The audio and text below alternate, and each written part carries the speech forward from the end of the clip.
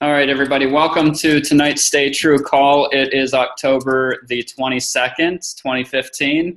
And, it's amazing to me. Every time I go to a meeting for personal development, we went to the Strategy and Execution Summit that was held up in Cleveland on Tuesday and Wednesday. And we were surrounded by a bunch of entrepreneurs who are in all kinds of different businesses, but mainly all internet-based type businesses. Some of them are generating revenues of, I heard, anywhere from $1.2 million per day to, it was crazy. The one guy, Dan Barry, had lunch with, he said, he's generating around $120,000 on average a day doing some of the stuff that he does online and just different businesses that he's involved with. But, it's so to surround yourself with people like that, to catch their excitement, catch their enthusiasm, hear them say network marketing is a great industry to be in and a great place to be. And kind of just helps to reiterate on the days that we're feeling low and we're feeling crappy about Beachbody or our business or people not responding, replying, and everything that, it was a feel good place to be, I guess, and just now none or not, I don't know if any of them were in network marketing themselves, but these are business entrepreneurs who are telling me, yeah, network marketing, it's a good place to be. It's a good place to start as an entrepreneur. So that was awesome to hear, and good to kind of hear from an outside source of somebody who is not in a, multi-level network marketing company. But to the point of that, I got a ton of great information. I know Beth got a bunch of great information too that we're going to be sharing with you guys over the next week or two.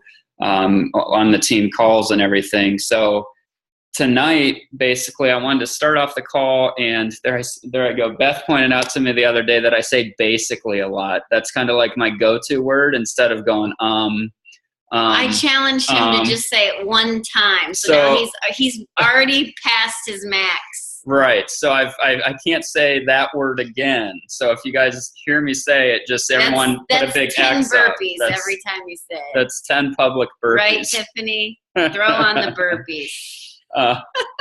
But anyway, I didn't say basically. That's okay. So anyway, I'm going to give some recognition here tonight. We added up the team volume points. Last week was a slow week for us all together as a team. It was one of the lowest volume point weeks that we've had in a while. So it's definitely that time of year. I've talked to some of the other coaches on our sideline teams, meaning, not our upline, not our downline, but coaches elsewhere.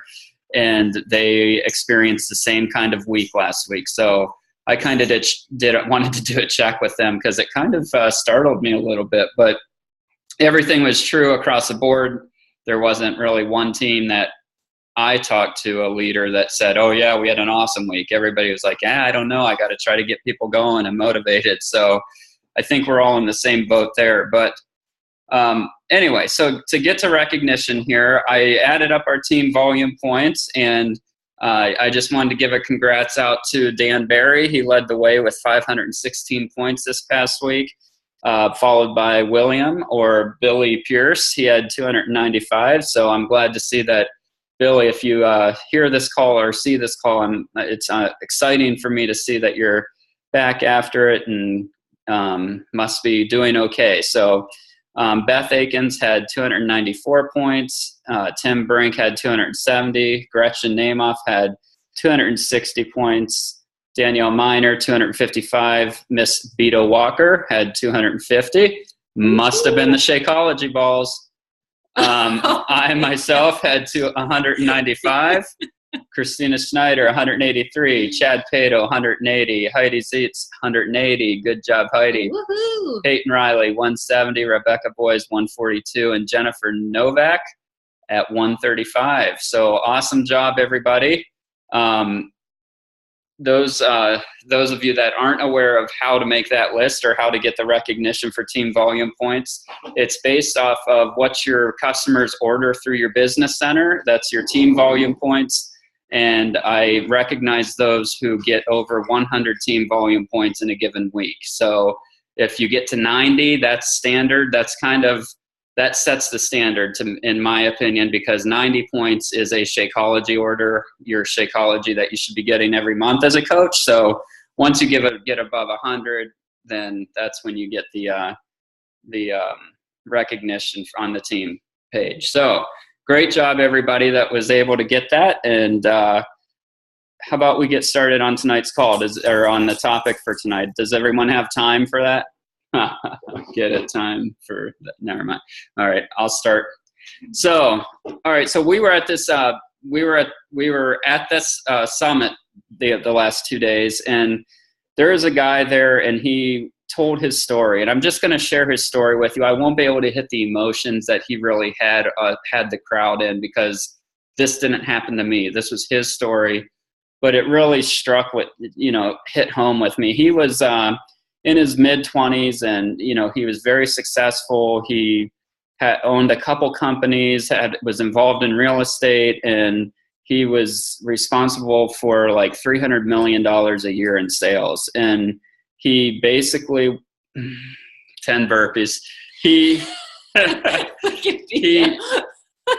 So he lost it all. Long story short, over time, he got into some trouble and had partnered up with somebody, another investor, took a minority ownership in his own company, and those business owners kicked him out of the company. So he went from $300 million a year to literally over the next 2 years watched his bank account drain to $44.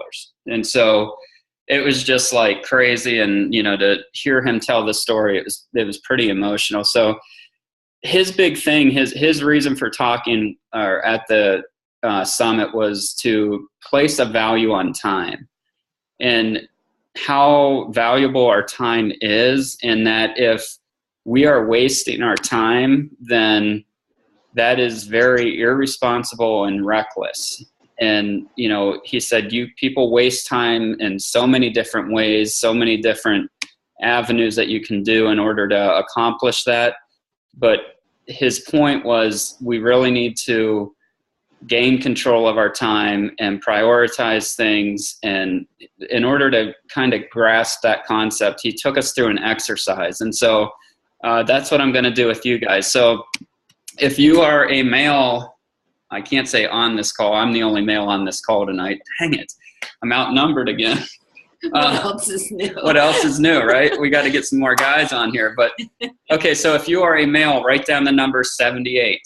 If you are a female, write down the number 82. Once you have that number written down, I want you to subtract your age from that number. Okay. 82. So take that, subtract your age from that number, and that is the amount of years that you have left based on the average American lifespan for males and females. Life expectancy. Life expectancy. Now, the next thing we got to do, because so that's the number of years left, but however, it's been shown that we sleep 0.67. So multiply that number by 0.67.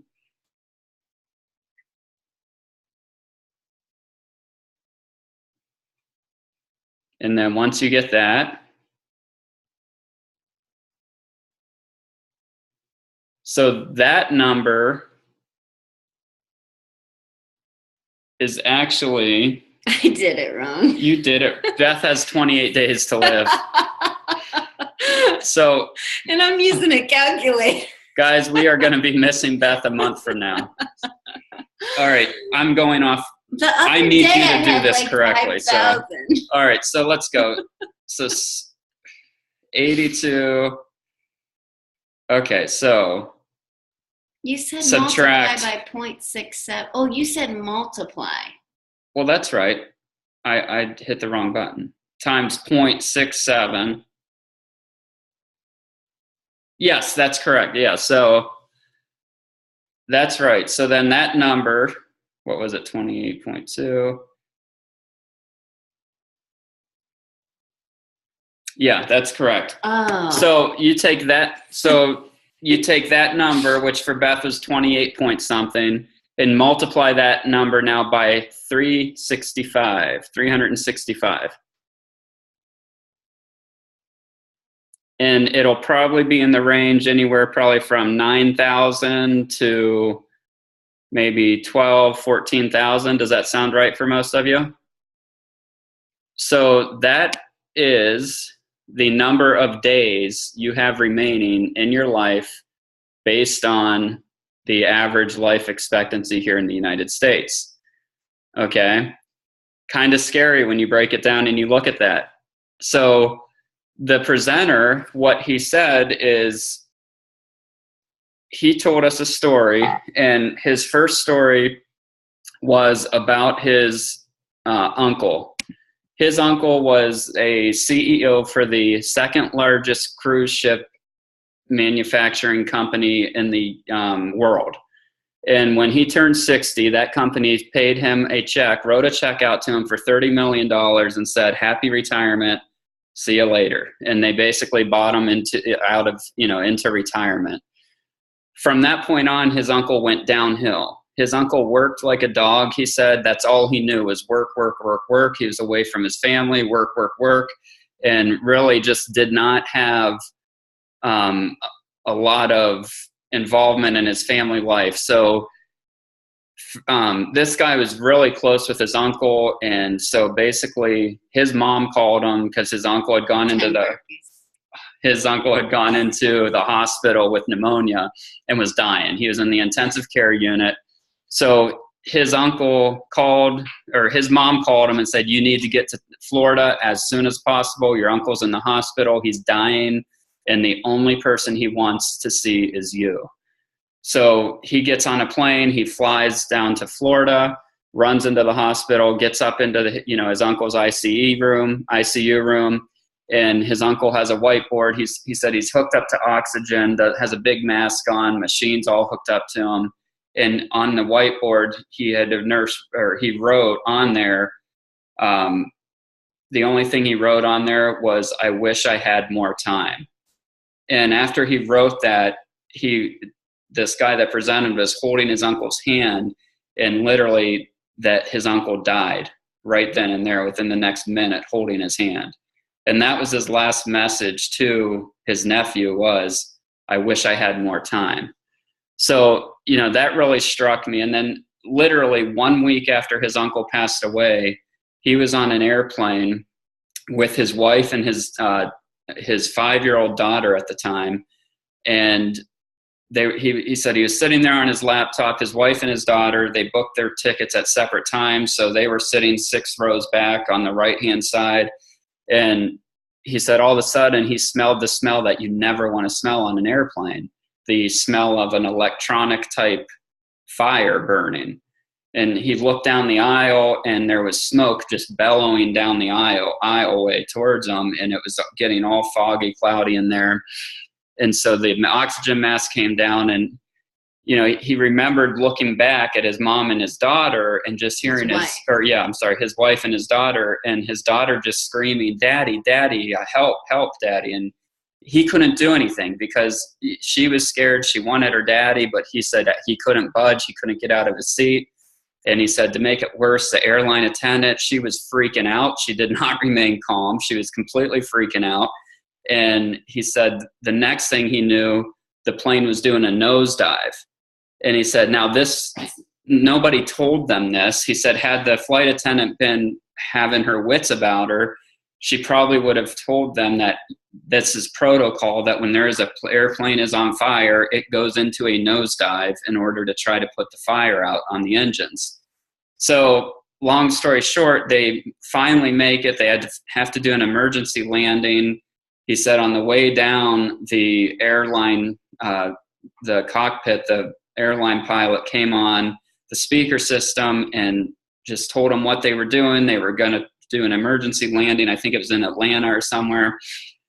And as they were going down, the pilot never shut off the radio. So he heard the pilot yelling, what did AirTran so-and-so, AirTran so-and-so, divert your flight pattern. And, he said they looked out the window and there was another airplane that was like coming towards them.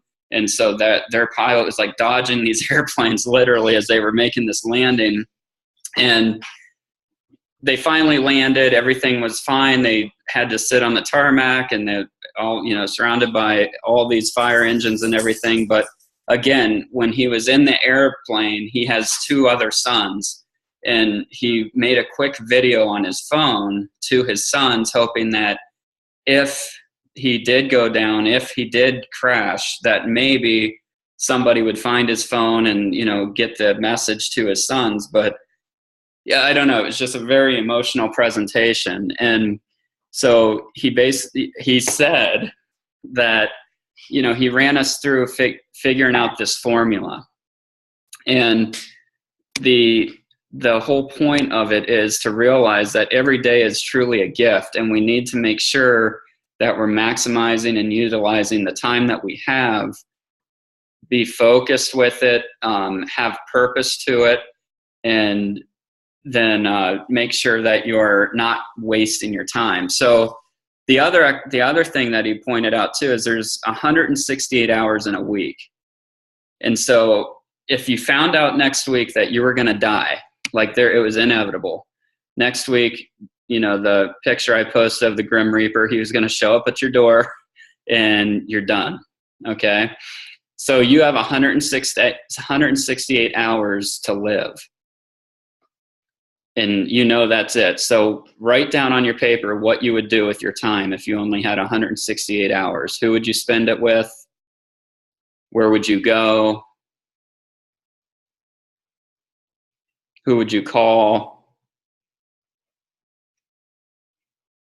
Just take a minute and do that.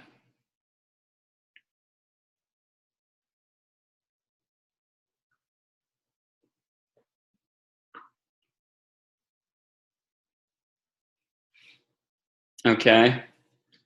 Now, if I called you, I'm just going to say, Moppy, if I called you next week or during that next week when you knew you were going to die and said, Moppy, hey, do you have time to get together? I just want to say hi and visit with you. And, would you, how much can I pay you for an hour with you? Is there a number that I could pay you for you to spend one of those 168 hours with me? Probably not, right? No. Yeah, no, you're right. Exactly. Basically, I don't have time for you, Glenn. Right. Which is perfectly fine. That's it. I mean, but I'm going to meet you again, Moppy. But seriously, though, that's how he looks at his time. He, on his dry erase board, whether you think this is morbid or not, at work, every day he walks in, he erases his number of days left and he puts one less on it. And he's got a countdown, because every morning what that does for him is it is a constant reminder that he's in the habit of doing that, but it reminds him every day that he has to make the absolute most out of the time that he has there at the office, because he only has a limited amount of time there. So he's going to maximize what he can get done. And then when he's with his family, with his wife, his daughter, he's all in. He's tuned into them. He's completely plugged in, and he maximizes the time and the focus of his energy to the task that he's doing. He doesn't let distractions sway him, phone calls interrupt his thoughts, or anything like that. So, I thought this really stunned me or stuck with me. It was one of those things that, man, how often is it, that you do have just that time to focus, that you don't let yourself be distracted, and, that you have these, reminders pop up in the upper right-hand corner of your computer screen, or when you get an email, you hear it ding, and, it's like all these different distractions that'll take your focus away from what you're working on. So it's really, truly one of those things that we need to, I feel, if you haven't already, some of you might, so this call might not be as impactful to you, but I know I personally need to look at my time. How am I spending it?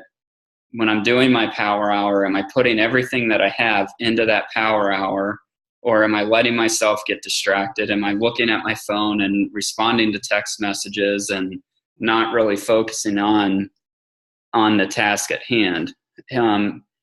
His big thing too was time freedom equals options. And that's his biggest drive for him to make money and to provide for his family, is because what he has learned over the years is that having money has allowed him to have more time and more freedom with his time, because he can pay people to do things for him. He can pay people to do the mundane tasks that he hates to do. But in order to do that, you have to have a set of systems and processes that you can put into place that'll give you that time freedom. So, he mentioned to do stuff. I mean, this is later down the road, to look into like a virtual assistant from the Philippines and, empower people that you work with to do a better job and to do good jobs at the roles that they're in. And that, if you don't have a way to delegate, or if you feel overwhelmed by stuff, just look at those tasks and everything you have to do and prioritize it based on the time that you're giving each of those different topics on the list. So that's it. That was just kind of a quick take home. That it was a lot, and I apologize for that. Beth just said it was a lot. So do you guys have any questions or comments or ideas from that? Anybody? Hold on, let me unmute everybody. Sorry. All right, there we go. You're all unmuted.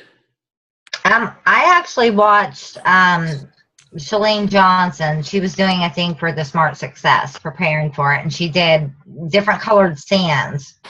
And she had one container, and she was showing where you were wasting, you're spending too much time here dumping that sand out. And she talked about, delegating and, virtual assistants and, if you can, outsource. Right. Yeah, she's so big on that. Oh my goodness. Yeah. And it makes a lot of sense, because I know like a lot of where I struggle is finding time to do each and everything, setting a schedule, and then responding to so many people I'm trying to build relationships with. And it kind of gets, I don't know, just in case. Kind of frustrating. Does that make sense? So delegating, if you can, is huge. Yeah, no, I agree. And I mean, I find I run out a lot of time. What's that? I find I don't have enough time for everything, and it gets aggravating, actually. So right. I can see. Yeah, so that's one of those deals where I think it's important to, my biggest struggle is that I'm very weak at writing down a block schedule and then sticking to that. If I did that, or the days that I do that, I feel like I conquered the world. I feel awesome. It's like I get so much more done when I literally, there's times when I'll shut this thing off and have it on my desk next to me, or I put it in airplane mode so the stupid thing doesn't make any noises, and work on what I'm doing. And those are the times when, honestly, that's when I do feel like I get the most accomplished and the most done. So hopefully not, I hope everybody's not in like this morbid mood now as far as, you told me I only have 28 more days. So yeah. Right. So she's going to be no longer with us, but better make sure the life insurance. They should think so. No, actually, I think this call, I was a little hesitant to get on because of the Grim Reaper, but I think this call was definitely needed. I think it puts a lot into perspective for each of us. It's very important to spend our time wisely in each area of our life and finding that balance. Right. Good call. Mm-hmm. I agree. Guys. Well, we got to jump off. We've got the coach sneak peek call coming up next. I don't know who all's going to be getting on that, but if you are, feel free to join us. I posted a link to that in a post in Stay True where I had posted about the call. So look for it there. I'm going to jump on that. I forgot to sign up for that. I'm going to get on that as well. Okay, cool. So if you want to join us there, we'll see you in a minute. Okay. Bye, guys. Bye, guys. Thank you.